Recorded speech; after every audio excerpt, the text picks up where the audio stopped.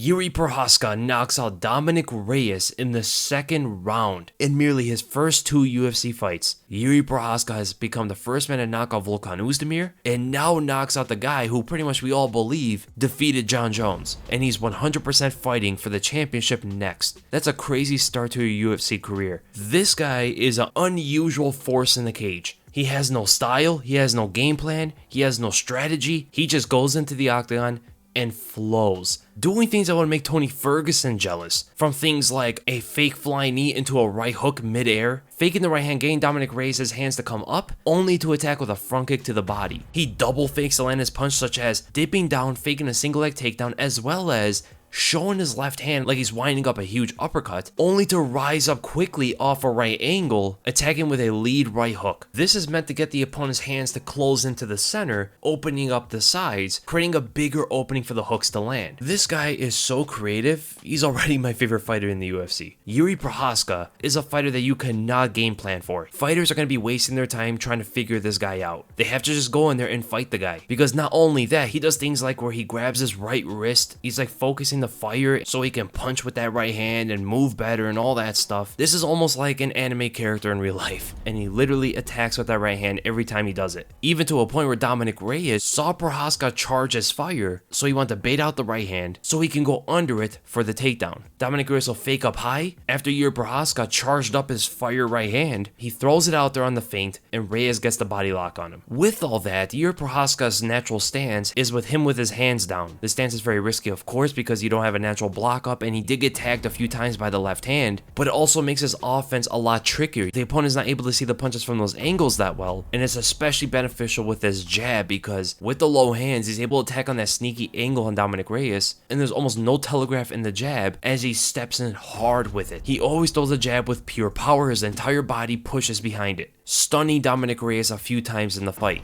And Prochazka was slipping a lot of those counter left hands. Dominick Reyes has an exceptional ability to counter or intercept opponents with the pivot left cross. He's usually moving away by scaling the cage and suddenly pivot off with that left hand. Prochazka was able to duck under or slip on the outside of nearly every single one of those. The only times you saw Prochazka get caught by these left hands was more because of the placement of his feet, not due to him having his hands down necessarily and not due to his lack of head movement. Prochazka was only getting caught for briefly getting off balance due to his footwork, whether it be crossing his legs moving to the right, falling into the left hand, or throwing an elbow and getting into a parallel stance where Dominick Reyes is able to pivot off in an angle, catching Prochazka at his profile view, or getting caught in the middle of switching while being way too close to Dominick Reyes. These are just brief errors that Prochazka made that ultimately got him stunned in the fight a few times. But on Dominick Reyes' part, where he made the big errors of getting caught by the fire right hand was he was throwing naked strikes, almost never setting up anything he was doing besides off the pivot when he's moving away.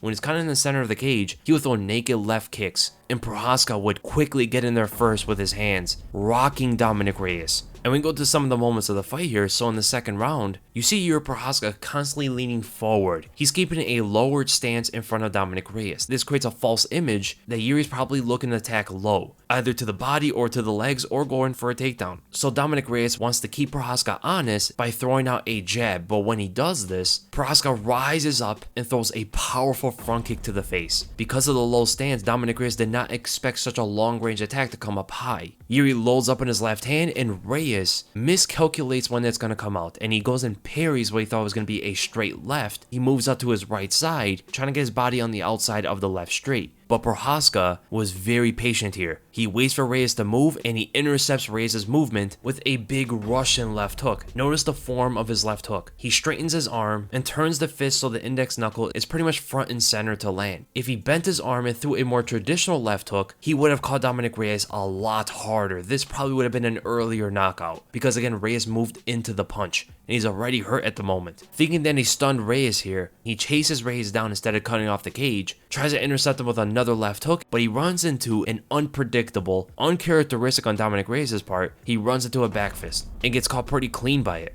And then we go to the finishing sequence. Reyes goes and throws out a big right hook, and Prochazka easily sees it, ducks under, and pushes Reyes to the cage. With this amount of pressure, Reyes starts covering up as he knows Prochazka likes to keep a high volume with this kind of pressure. So he's waiting for the shots, but Prochazka again is being pretty patient. He's posting and looking for his opening. Reyes doesn't really give him a big opening, so he tries to crush the guard with an elbow. This breaks the guard and causes Reyes to stand up tall against the cage. This is a bigger opening for Prochazka to land another elbow, so he posts again, fires it out there, but Reyes was able to block it just in time. The overextension of the elbow makes Prochazka give his back to Dominick Reyes, ultimately giving Reyes a false sense of opportunity. So what does Reyes always attack with when he sees an opening? The left hand. He drops his left hand, he loads up on it, but when he does this, he unknowingly gave Prochazka an opening for a spinning elbow. Prochazka spins and lands the elbow right through that opening and knocks Reyes out cold. Reyes did not see the elbow at all, man, and that was all she wrote. Jiri Prochazka showing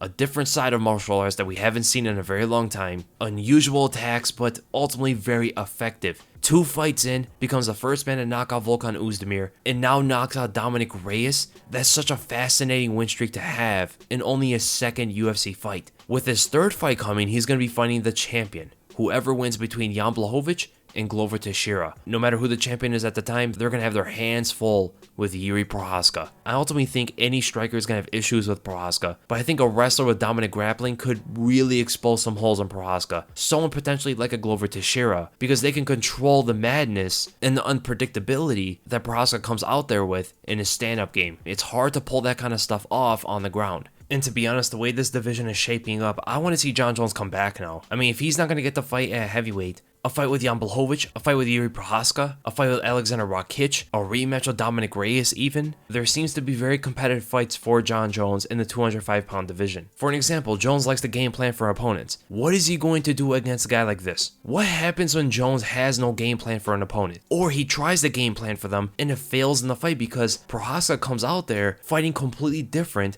than what Jon Jones anticipated. This guy has terrifying power, able to knock out Volkan Oezdemir, who has a granite chin. Whatever he's putting in his hands, that fire, the chakra, I don't know what he's doing. He's like the Avatar in there. I don't know what he's doing, but the amount of power he's able to generate is absolutely absurd. And he's not going to be undersized against Jon Jones either. So whoever he's going to fight next, whether it be the champion, whether Jon Jones comes back and maybe he fights Jones in the future, it's all going to be very fun with Jiri Prochazka finally at the top of the division. It's going to be about time before this guy really gets the casual fans behind him as well. And I hope you guys enjoyed the breakdown. If you did, make sure to thumbs up. If you enjoyed my content, make sure to subscribe. I have a few videos actually lined up. I'm going to make the research video about Zabit's diaphragm spasm and how that affects him and what can be done to fix that problem. I'm going to tell you right now, it doesn't look good for him if he is going into surgery for diaphragm spasms. I'm also going to come out with a breakdown on Gigi Shikadze defeating Cub Swanson. The extra podcast episode is going to come out probably by Monday. And there's much more coming, so be on the lookout for all that. And I'll see you guys then.